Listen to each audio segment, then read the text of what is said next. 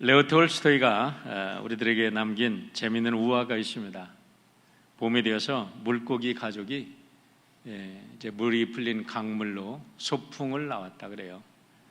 그래도 엄마하고 새끼들이 이제 같이 소풍을 나왔습니다. 근데 마침 그 동네에 사는 학교에 조그만 어린아이들도 선생님과 함께 소풍을 나왔습니다.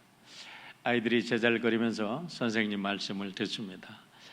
이제 봄에 있는 꽃들도 설명해 주고 강둑에 있는 많은 것들도 설명해 주면서 우리 선생님께서 물에 대해서 설명을 했다 그래요. 물은 모든 생명의 근원이고 물이 없으면 이 세상에 살아갈 수 있는 것이 아무도 없다 하면서 물에 대해서 설명을 하는데 고기가 가만히 들으니까 물이 뭔가 궁금해졌어요. 그래서 엄마 고기, 엄마 그 피쉬한테 물어봤대요. 엄마, 물이 뭐예요? 하고 물어봤는데 물은 말이야, 우리가 사는 곳이야.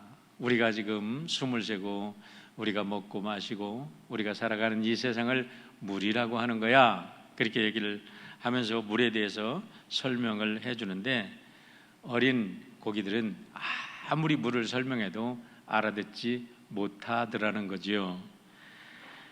톨스토이가 이 우화를 이야기한 것은 우리 모두가 하나님의 은혜 속에서 살아가는데 사람들이 하나님의 은혜가 뭔지를 모르고 살아간다라는 것을 이렇게 우화적으로 얘기를 한 겁니다. 요즘에 제가 교회의 어려운 점들을 보면서 많은 성도들이 교회다, 교인이다, 성도다, 또 교회 멤버다 이렇게 얘기를 하면서 교회의 중요성을 너무나 모르고 살고 교회의 가치를 너무나 모르고 살고 있구나라는 생각을 하게 되었습니다. 이제는 교회가 너무나 많아져서 뭐 한 블락 안에도 교회가 차고 넘칩니다. 그저 어디를 가든지 우리 미국 사회든지 한국 사회든지 걸리는 게 교회입니다. 그리고 어느 교회를 가든지 웰컴합니다. 그래서 교회를 쉽게 이제 몸담았던 교회를 그냥 한순간에 뒤돌아서서 버리고 교회를 쇼핑합니다.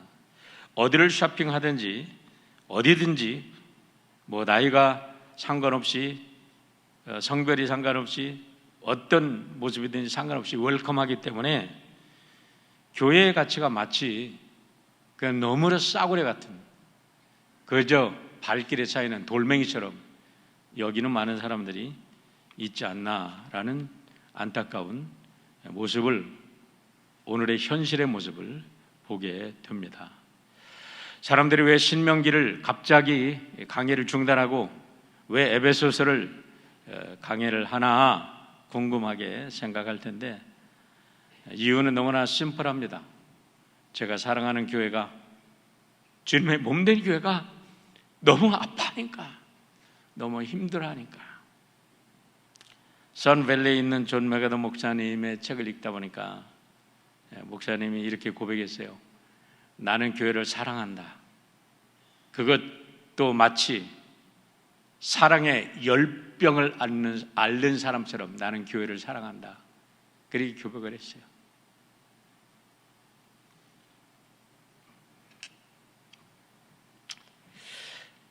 내가 이 얘기를 하니까 자꾸 눈물이 나. 저는 웨슬리안입니다. 캘비니스트가 아니에요. 신학적으로 웨슬리의 신학 속에도 평생을 살아온 사람입니다. 그래도 캘빈의 신학은 좋아하지 않지만 캘빈의 교회로는 너무나 사랑하고 캘빈을 존경합니다.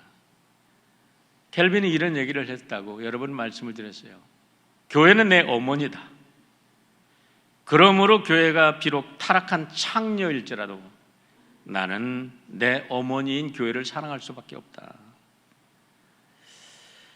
제가 이 글을 읽으면서 충격을 받았습니다. 그러고서 제 삶을 되돌아보니까 저의 모든 삶은 교회를 통해서 이루어졌습니다. 저는 교회를 통해서 제 삶이 이루어지고 제 모든 시간의 중심에는 교회가 있습니다. 교회 주일을 중심으로 해서 제 인생의 사이클이 돌아갔어요. 어렸을 때 시골에서 도시의 사람들이 온다니까 저는 계룡산 밑에서 살았거든요. 근데 여름에 공주에 있는 대학생들이 이제 와서 여름 성경학교를 해주는 겁니다. 너무나 신비했어요. 너무나 좋았어요. 그때 배운 노래가 지금도 기억되어 있습니다. 그래서 어린 아이 때 너무나 재밌었지만 그 후에 교회와는 관계없이 살다가 중학교 시절에 다시 교회를 갔습니다. 중학교 시절이라는 것은 제가 중학교를 안 다녔기 때문에 중학교 시절이라고 하는데 친구의 초대를 받아서 저녁에 학생 모임에 초대를 받아서 갔어요. 검정고시로 공부하고 있을 때. 갔는데 우리 원래 우리 고향 교회는 공주에 있는 교회는 절간 같았어요. 그래가지고 거기에서 어떻게 교회가 돼가지고 그 건물은 지금 히스토리컬 건물이 돼가지고 지금 그대로 이렇게 공주군에서 그거를 이제 새로 레노베이션해서 그거를 킵하고 있습니다. 근데 그 저녁에 갔는데 사모님께서 학생부를 인도하는데 4명이 모였어요. 4명.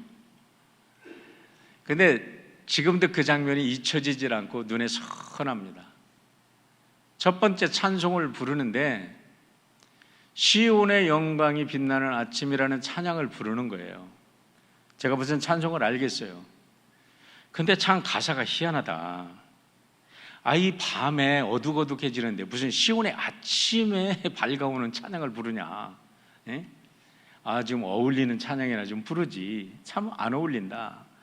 이런 생각을 했는데 지나고 보니까 그때부터 제 인생에는 시온의 찬란한 아침이 빛나는 그런 분수령의 그 시간이었어요. 그때부터 오늘까지 교회를 다니면서 제가 교회 예배당에서 주일날 예배를 드리지 않은 것은 손꼽아 세봐도 4번밖에 되지 않아요. 그만큼 저는 교회가 제 삶의 중심이었고 사실 우리 가족보다 내가 교회를 더 사랑했어. 나는 가족보다는 교회를 모든 걸 더 바쳤어. 근데 오늘날 교회들이 이렇게 무시당하고 신앙과 교회를 분리하고 저에게 있어도 신앙과 교회는 분리될 수 없는 공동체입니다. 어떻게 신앙이 교회와 분리가 될 수 있어?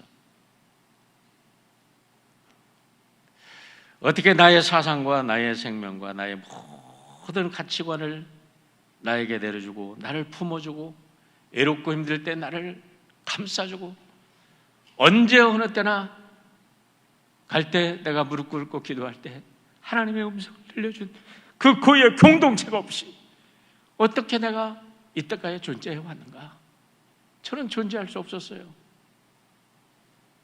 그런데 오늘 교회가 이렇게 처참하게 무시당하는 모습을 보니까 견딜 수가 없는 거예요. 무슨 교리를 따지고 뭐를 따져. 가정이 무너지는데 여러분 뭐를 따지겠어요? 가정이 무너진 다음에 가족이 어떻게 존재하겠어요? 교회가 무너진데 어떻게 교회가 여러분 그 다음에 신앙을 따지겠어요? 저에게는 이해가 안 되는 거예요. 그래서 힘들어하는 거예요. 누가 뭐라고 돌을 던져도 상관이 없어요. 그래서 신명기 강의를 중단하고 에베소서를 통해서 교회론을 강조하려고 합니다. 에베소서는 그리스도의 몸인 교회에 대한 바울의 논문이라고 불립니다. 에베소서에서는 교회에 대한 엄청난 표현들이 나오는데 하나님의 기업, 그리스도의 몸, 그의 충만, 하나님의 걸작품, 한 세 사람, 하나님의 권속, 하나님의 거실 처소,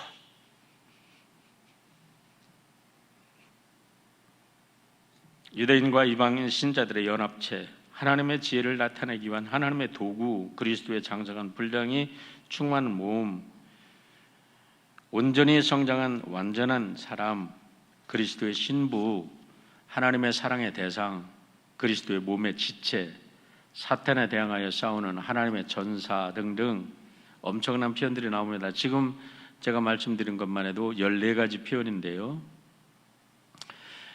얼마든지 더 찾아낼 수 있죠.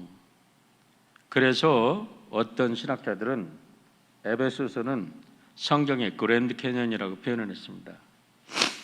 왜냐하면 이 에베소서를 들여다보면 거기에 수많은 기독교의 본질적인 교리들이 나오기 때문입니다. 어떤 신학자들은 여기에도 27가지 교리를 찾아냈어요. 교리라고 하니까 여러분 교리가 진리라고 생각하지 마십시오. 어떤 사람들은 교리를 진리로 생각하고 살아. 교리는 안경이에요. 저는 이 안경을 벗으면요, 여러분 하나도 보이지 않습니다. 제 눈이 되게 나쁜 사람이에요. 그런데 교리라는 것은 세상을 바로 보도록 끼워주는 안경이에요. 제 안경이 잘못되면 안경이 스크래치 나고 안경이 부서지면 저는 안경을 바꿔야 돼요. 이 안경이 진리가 아닙니다. 이건 교리는 진리가 아니라고요. 그러나 교리는 진리를 바로 보게 해주는 안경이에요. 그런데 어떤 사람들은 교리를 진리로 이렇게 생각하고 살아가는 사람들이 많이 있지요. 어쨌든 에베소서는 이와 같이 엄청난 성경의 그랜드 캐년이라고 불릴 만큼 기독교의 기본 교리들, 삼위일체, 기독론, 교회론, 성령론, 천사론 등등해서 27가지의 우리들에게 기독교를 바라보는 놀라운 교리들을 보여주고 있기 때문에 이 에베소서는 서신서의 여왕이다, 그렇게 불립니다.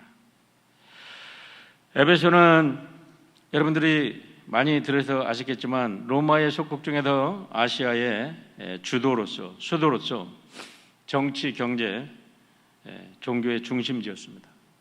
거기에는 7대 불가사의라고 하는 아데미 신전이 있었고 당시만 해도 2만 5천 명을 수용하는 엄청난 원형 극장들이 있었던 발전했던 도시였습니다. 인구가 당시에 25만 명이었다 그래요. 제가 이 인구가 얼마나 많은 인구인지 비교해 보기 위해서 서울이 25만 명대가 언제 했는가 따져봤더니 1920년도에 서울이, 지금부터 100년 전에 서울이 25만 명이었대요. 서울 인구가. 지금은 1000만 명이 넘지만 100년 전에 서울이 25만 명밖에 안 됐다는 거죠. 그만큼 2000년 전에 이렇게 발달했던 도시가 에베소입니다. 바울은 에베소에 이제 2차 선교 전도 여행을 하면서 에베소를 들립니다.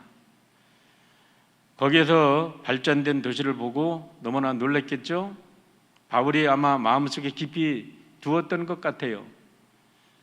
그래서 브리스길라와 아굴라를 남겨놓고 성도들을 돌보라고 하고 그는 유대로 가서 3차 전도 여행 때에 돌아와서 3년을 그곳에서 섬깁니다. 3년에 가까운 시간을. 순회 선교사로서 가장 오랜 시간을 거기에서 섬기게 되는데 그 후에 바울은 자기가 사랑하는 아들처럼 여겼던 디모데를 목회자로 파송을 하고 또 아볼로가 거기에서 목회를 하고 계시록에 보면 요한계시록을 썼던 사도 요한이 그 반모섬에서 나와서 거기에 가서 목회를 하고 나중에 초대교부의 가장 유명했던 이레네우스가 거기서 목회를 하고 에베소서는 정말 기라성 같은 영적인 거장들이 목회를 했던 곳이고 그 에베소 교회를 중심으로 해서 아시아의 7교회, 그래도 헬라 세대나 아시아의 전 지역에 복음을 전했던 교회가 바로 에베소 교회입니다. 이 에베소 교회에 바울이 로마에 이제 감옥에 있으면서 에베소 교회에 서신을 쓴 게 바로 에베소 서신이죠. 에베소 교회는 처음에는 바울 사도께서 3년을 이렇게 정성을 다해서 힘을 다해서 두란노 성원을 세우고 거기에다 하나님의 말씀을 증거했기 때문에 교회가 아주 잘 발달하고 하나님의 사랑으로 뭉쳤던 교회예요. 그런데 시간이 흐르면서 교회가 성장하고 사람들이 많아지면서 교리와 어떠한 그런 이방인들과의 그 이방 사상과의 투쟁은 잘하는데 그러는 과정에서 교회의 본질인 사랑을 잃어버리고 말았어요. 그렇기 때문에 우리가 계시록 2장에 보면 하나님께서 에베소 교회를 칭찬하기도 하고 책망하기도 하는데 너희들의 행위와 수고와 인내와 악을 이긴 것 모든 것 다 훌륭하다. 그러나 너희들의 첫사랑을 잃어버렸어.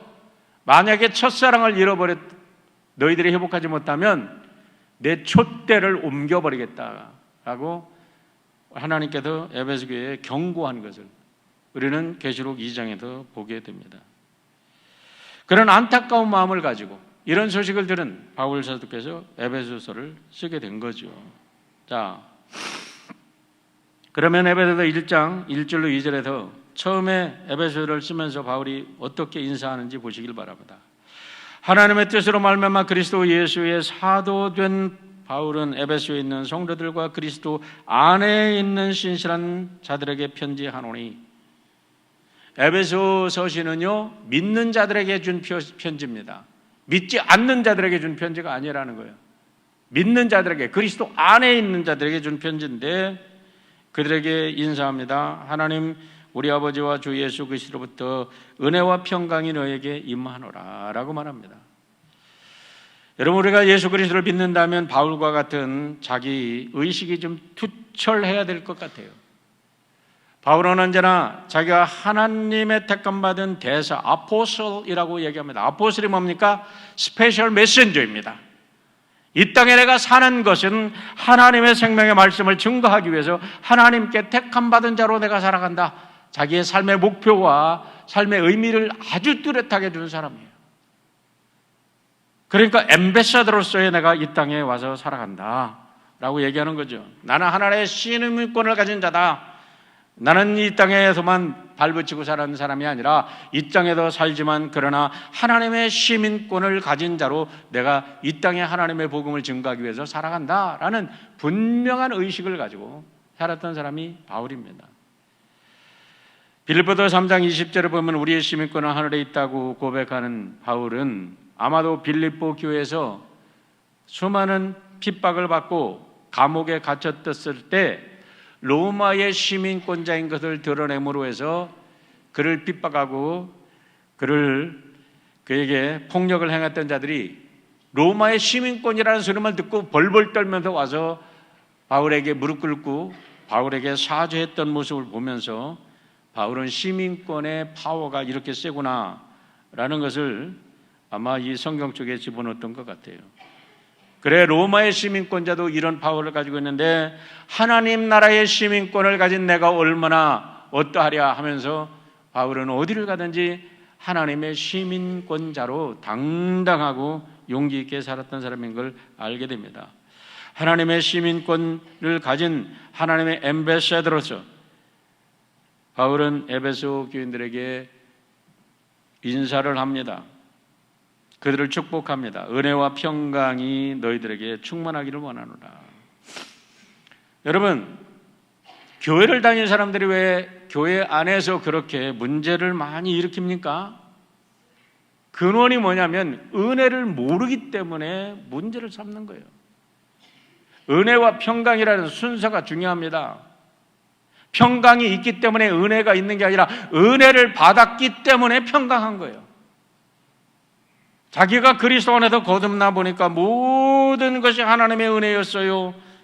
지난 우리가 부활절에 고린도 전서 15장을 외웠는데 성경을 암송하는 것이 지루할 줄 알았는데 너무나 감동을 받았고 제가 우리 어르신들에게 너무나 감사했어요. 우리 젊은이들은 잘 못 외우는데 우리 어르신들은 그냥 처음부터 끝까지 다 외운 분들이 여러 분이 계셨어요. 얼마나 놀라웠는지 몰라요. 그중에 15장 10절에 보면은 나의 나 된 것은 하나님의 은혜로 된 것이라는 고백이 있습니다. 오늘 자기의 자신 된 것은 하나님의 은혜로 된 것이다. 자기의 노력으로 된 게 아니라 내가 이게 지나고 보니까 모든 것이 하나님의 은혜였구나. 그러니까 하나님의 평강을 알게 되고 이 세상 누구도 어찌할 수 없는 하나님의 평강이 그의 삶을 지배하게 되고 모든 것이 하나님의 은혜였던 것을 깨달은 바울은 그때부터 하나님의 빚진 자로 은혜를 갚기 위해서 살아가는 위대한 사람으로 바뀌는 겁니다. 그래서 로마서 1장 11절에도 헬라인이나 야만인이나 지혜 있는 자나 어리석은 자에게 내가 다 빚진 자로라 하면서 빚을 갚기 위해서, 사랑의 빚을 갚기 위해서, 은혜의 빚을 갚기 위해서 그는 살았던 사람인 것을 우리가 알게 되는 거지요. 은혜를 모르니까 갈등하는 거예요. 은혜를 모르니까 도토리 키재기 같은 시기, 질투하면서 같은 가족인 예수 그리스도께서 빚값으로 주고 샀다고 하는데 서로 내 잘났다 나 잘났다 하면서 갈등하고 싸웁니다. 왜요? 은혜를 모르니까. 하나님의 은혜를 모르니까. 내 믿음이 얼마나 중요한가? 여러분, 우리 믿음이 중요합니까? 예수님의 은혜가 중요합니까? 우리가 은혜로 의롭게 된 거지 내 의가 뭐가 그렇게 대단합니까? 여러분, 우리의 의는 이사야가 말했듯이 우리의 의는 넝마 같은 의라 그랬어요. 그런데 뭐 그렇게 내 믿음이 대단하다고 그걸 자랑하고 다닙니까? 그게 아니에요. 하나님의 은혜로 오늘 내가 나 됐습니다 라고 한다면 우리는 자랑할 게 없어요. 내 믿음 자랑할 게 없어. 내 믿음 지켜주신 것도 하나님의 은혜요. 오늘 내가 건강하게 살아가는 것도 하나님의 은혜요. 내가 오늘 하나님을 찬양하며 예배드리게 하는 것도 하나님의 은혜요. 모든 것이 하나님의 은혜요, 사랑이에요, 축복인 줄 그렇게 고백하고 살아가는 겸손한 사람이 될 수밖에 없는 거예요. 그것이 진정한 은혜 받은 사람이고 그것이 진정한 그리스도인인 줄 믿으시기를 바랍니다. 자기 믿음 자랑하고 자기 기도 자랑하고 자기가 얼마나 영적인 사람인 것을 자랑하는 사람은 아직도 은혜를 모르는 사람이에요. 그런 사람들 때문에 교회는 갈등하고 교회는 분파가 생기고 교회는 분열이 생기는 거예요. 바울은 지금 이 얘기를 하고 있는 겁니다. 여러분, 우리가 은혜롭게 은혜를 덧입고 산다는 것이 얼마나 은혜로운지 몰라요. 아마 이런 얘기를 하면 정말로 돌 던질 것 같은데 어려움을 당한 많은 분들이 계시기 때문에 언젠가 지나고 나면 코비드 19도 하나님의 은혜인지도 모르겠다 그런 생각을 합니다.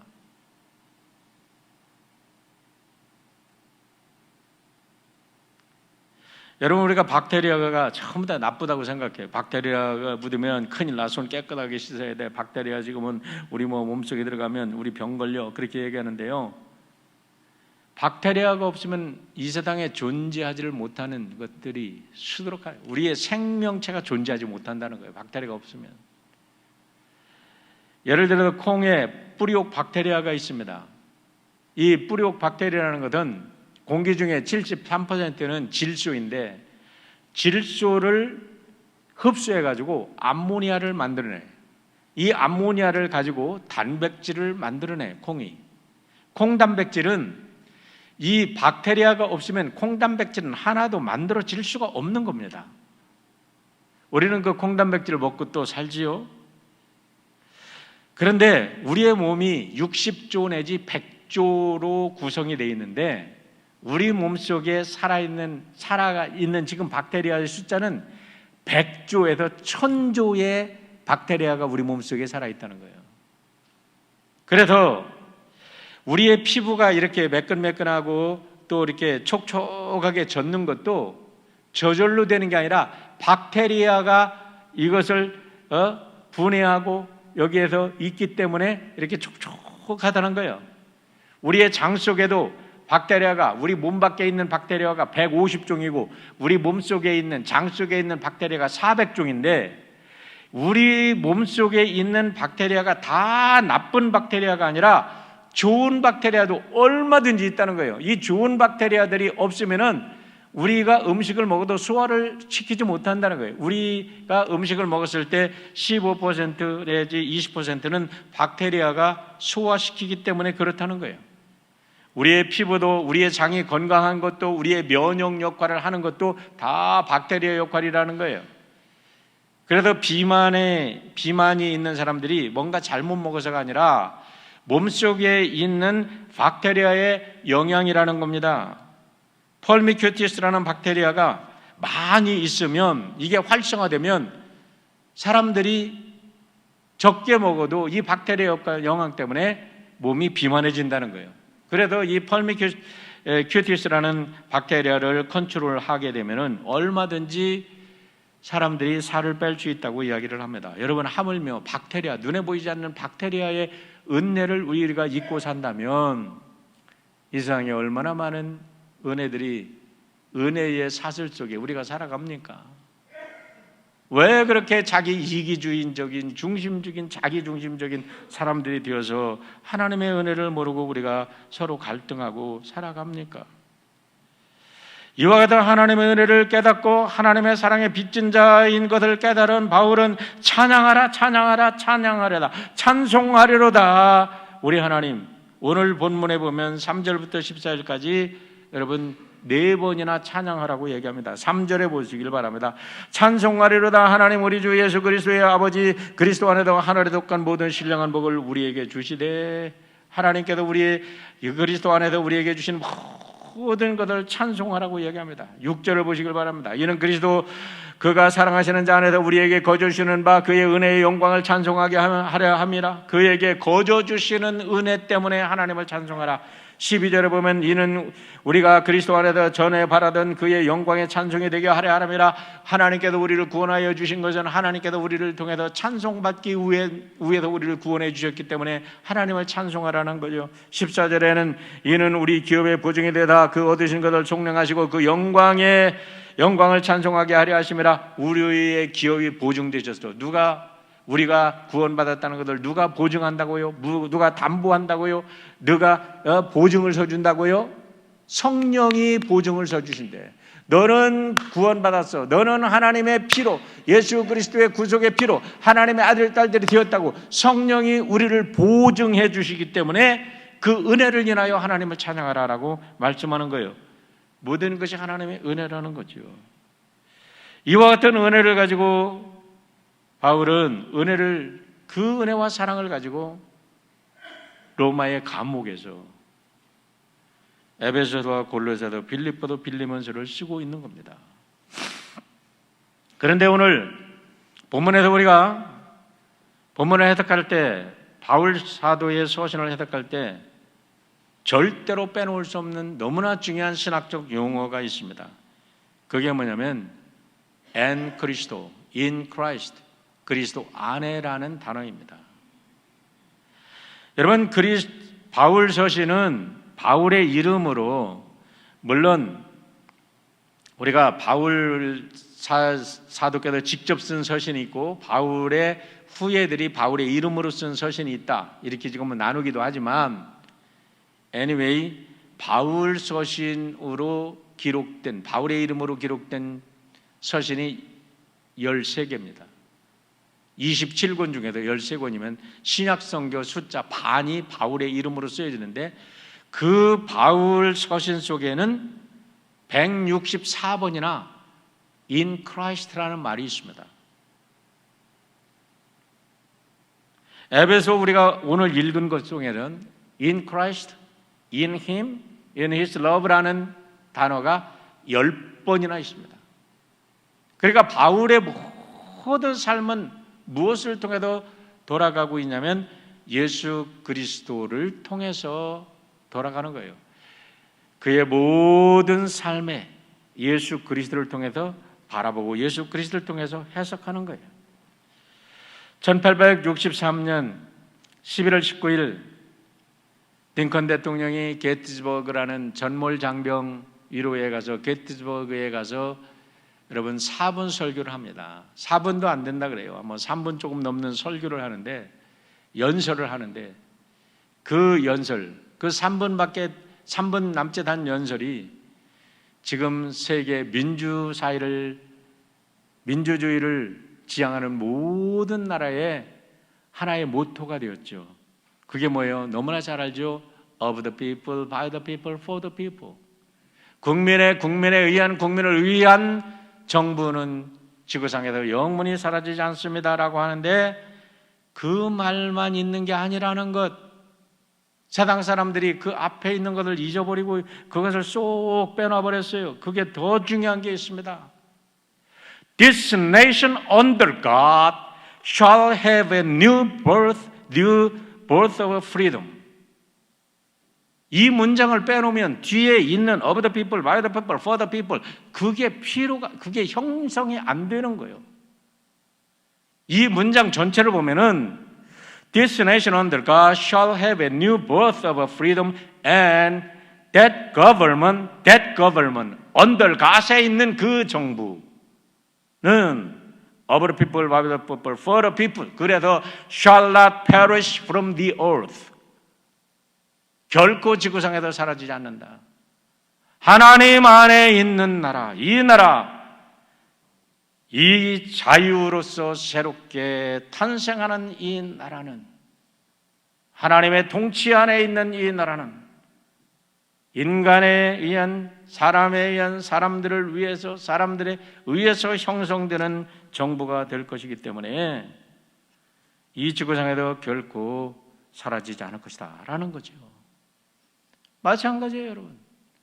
교회는 예수 그리스도를 빼면 있을 수가 없는 거예요. In Christ, 예수 그리스도 안에, 그분 때문에 교회는 존재하고 그분 때문에 교회는 여러분 의미가 있고, 예수 그리스도가 빠지면 아무것도 없는 거예요. 나의 의도, 나의 헌신도, 나의 봉사도 그분 때문에 가능한 거고 그분이 있어서 우리가 존재하는 거예요. 그러면서 4절부터 6절까지 바울 사도가 얘기하는 너무나도 중요한 신학적인 용어가 있습니다. 오늘 우리 권사님께도 이 말씀을 듣고 신학교 강의 듣는 것 같다 하셨는데, 때로는 신학교 강의 듣는 것 같은 그런 필요가 있어요. 4절로 6절의 말씀 보세요. 곧 창세전에 그리스도 안에서 우리를 택하사 우리로 사랑 안에서 그 앞에 거룩하고 흠이 없게 하시려고 그 기쁘신 뜻대로 우리를 예정하사 예수 그리스도로 말미암아 자기의 아들들이 되게 하셨으니 이는 그가 사랑하시는 자 안에서 우리에게 거저 주시는 바 그의 은혜의 영광을 찬송하게 하려는 것이다. 예정이라는 단어가 5절, 9절, 11절에서 거듭해서 3번이나 반복이 됩니다. 그런데 여러분, 이 예정 때문에 예정론이 나왔거든요. predestination. 하나님께서 사람들을 구원하실 때 이 사람은 천국 갈 사람, 이 사람은 지옥 갈 사람 이미 결정했다는 거예요. 운명적 결정론입니다. 그렇다고 하면 태어나기 전에 이미 어떤 사람은 천국 가고 어떤 사람은 지옥 갈 사람이 결정됐다는 얘기입니다. 여러분, 그게 말이 되는 얘기입니까? 오늘 본문을 잘못 해석하면 그렇게 해석이 나오는 거예요. 오늘 예정이라는 단어를 수식하는 단어를 잘 봐야 됩니다. 그것은 뭐냐면 창세 전에와 in Christ라는 말이 그것을 수식하고 있어요. 여러분, 이 말씀을 잘 봐야 됩니다. 이 말씀은 뭐냐면 바울 사도는 구약 성경의 전문가입니다. 어쩌면 토라를 완전히 애우고 있었던 사람인지도 모르겠어요. 뛰어난 랍비 중에도 뛰어난 랍비니까, 가말리엘 문화당의 가장 뛰어난 랍비니까 분명히 토라를 애우고 있었을 겁니다. 그런다고 하면 구약 성경의 모든 것을 머릿속에 넣고 있는 바울 사도께서 지금 예수 그리스도를 통해서 세상을 해석할 때 원시복음이라고 말하는 창세기 3장 15절을 염두에 두고 저는 이 예정을 얘기를 했다고 분명히 믿습니다. 창세기 3장 15절 말씀을 보세요. 내가 너로 여자와 원수되게 하고 내 후손도 후손과 원수되게 하리니 여자의 후손은 내 머리를 상하게 할 것이요 너는 그의 발꿈치를 상하게 할 것이니라 하시고 그랬어요. 여러분, 여기서 너로 여자와 원수되게 한다는 말이 무슨 말씀이에요?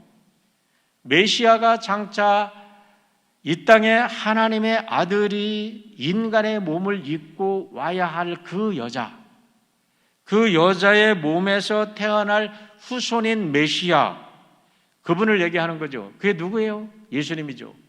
예수님이 이 땅에 오셔서 사탄의 머리, 내 머리를 봐줄 것이다. 그렇게 할 때 그 사탄이 발악을 하면서 그 메시아의 발꿈치를 무른다 소리는 예수님을 십자가에 못 박고 예수님이 십자가에 못 박히는 그것을 상징화한 이야기입니다. 그런데 이것이 벌써 언제?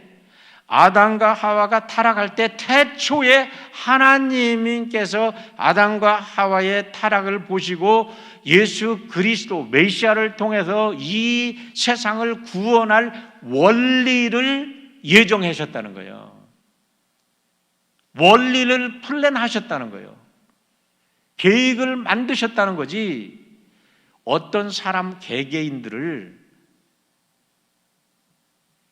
구원할 사람, 구원하지 않을 사람 선택했다는 게 아닙니다. 여러분, 사람들은 왜 논리적이지 못한지 모르겠어요. 자, 하나님께서 어떤 사람을 갖다가 구원할 사람을 선택했고 구원하지 않을 사람을 하나님이 유기시켰어. 그러면 하나님께 버림받은 사람에게 하나님은 절대 선입니까? 절대 사랑입니까? 하나님이 가르시고 사람을 가르시고 편갈른하시는 하나님이 어떻게 절대 선이 될 수 있어? 어떻게 절대 사랑이 될 수 있어? 말도 안 되는 얘기잖아요. 하나님은 절대 선이고 절대 사랑이고 절대 의입니다. 그것은 하나님은 이렇게 구원의 모든 원리를 태초부터 만드셨고 이 구원의 원리 속에 들어오는 모든 사람은 누구든지 구원하시는 하나님이시기 때문에 절대 사랑이고, 이 십자가의 그 처참한 아들을 버리시기까지 악을 미워하시고 절대선의 기준을 만드신 하나님이시기 때문에 절대 의가 되시는 거예요. 그래서 하나님께서 예정하셨다는 것은 어떤 사람을 구원하고 어떤 사람을 구원하지 않을 거라 예정한 게 아니라는 거죠. 예수 그리스도 안에서 구원하실 것을 플랜을 예정하셨다는 거예요. 그래서 바울 사도의 다른 서신과 비교해 보면 아주 클리어해집니다. 갈라디아서 3장 26절로 29절의 말씀을 보세요. 너희가 다 믿음으로 말미암아 그리스도 예수 안에서 하나님의 아들이 되었으니 누구든지 그리스도와 합하기 위하여 세례를 받는 자는 그리스도로 옷 입었느니라. 너희는 유대인이나 헬라인이나 종이나 자유이나 남자나 여자나 다 그리스도 안에서 하나이니라. 너희가 그리스도의 것이면 곧 아브라함의 자손이요 약속대로 유업을 이을 자니라. 약속대로 하나님의 모든 축복, 오늘 에베소 1장 3절에서 말하는 하늘에 속한 모든 신령한 축복을 받을 자이니라 라는 거예요. 누가? 그리스도 안에 있는 자.